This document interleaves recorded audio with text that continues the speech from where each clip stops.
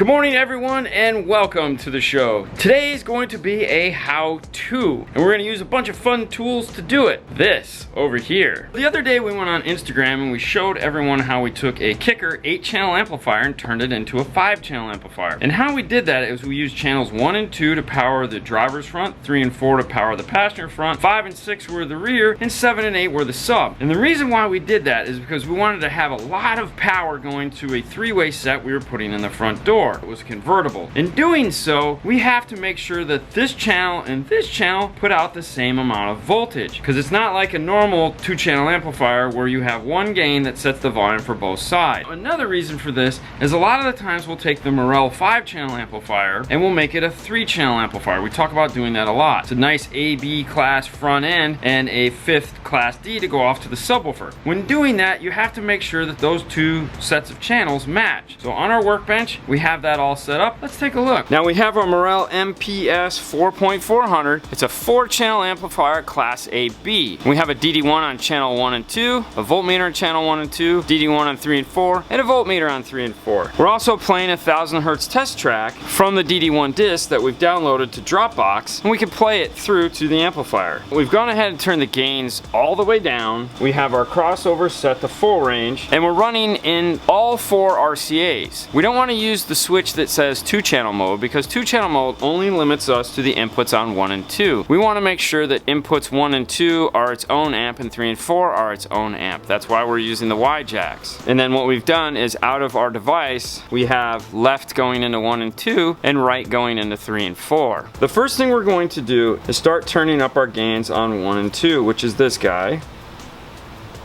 You'll notice the voltage is increasing. And our red distortion light is on. We're at 37.22. We'll turn it down until it goes away. Play with it just a little bit to make sure we have it perfect. So we're at 34.23. Let's grab the other channel.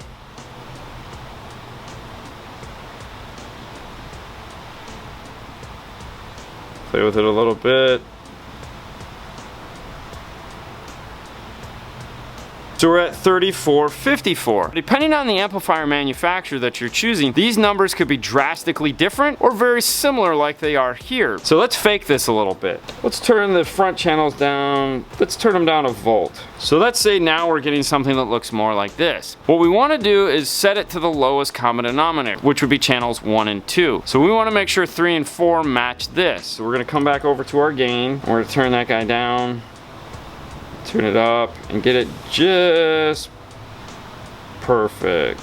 Well, that's pretty close. So we got 0.59 and we got 0.61. The takeaway here is that you want to make sure that they match as closely as possible. Keep in mind, I know that you're not going to have 2 of these and 2 meters. What you want to do is do one channel first, take your distortion reading, your voltage output, and then move to the second channel, write down the first channel's information, write down the second channel's information, figure out which channel needs to match the lowest number. Then go back and adjust that one specific channel. We just wanted to show you both just to make it a little bit quicker and easier, and also so you could see it real time. And that's it. That's how you would set up that 4-channel amp to play 2-channel. We do this quite frequently, right? Exactly.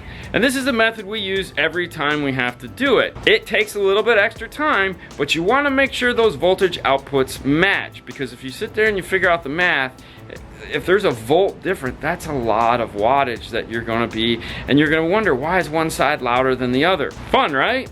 Always fun. Alright guys, well we hope this helps you out when tuning one of your amplifiers like this. This also works for subwoofer amplifiers if you're going to be doing 2 separate sub amplifiers. It's the same basic process. Anytime you need to do multiple channels of adjustment, just do it the same way. Everything will work out perfect. You guys have a wonderful day. On to the next one, guys. See you later next time. Bye.